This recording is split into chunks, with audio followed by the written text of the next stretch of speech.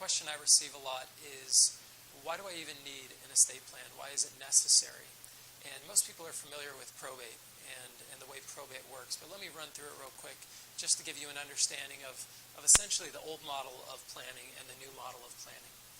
Now, the old model is that you would make a will, and in the will you would say who gets what, right? Now, what happens is when you make a will, you still end up in court. The reason for that is that when you die without designating where things go, things are left out in limbo.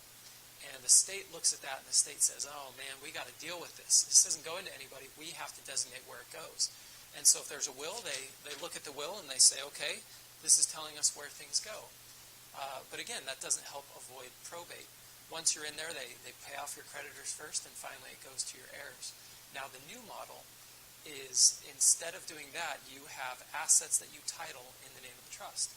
So instead of those assets being left out in limbo for the court to deal with, those assets are dealt with through your trust, through titling it in the name of your trust. And now there is still a will, but the will serves a different function. The will serves the function of catching any assets that you do not title correctly. So in the event you don't title assets correctly, you will go to probate, but hopefully it'll be a shorter stop. And the court will see in the will that the will points them to a trust.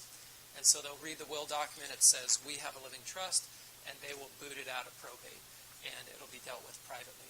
So that's now the new model of estate planning.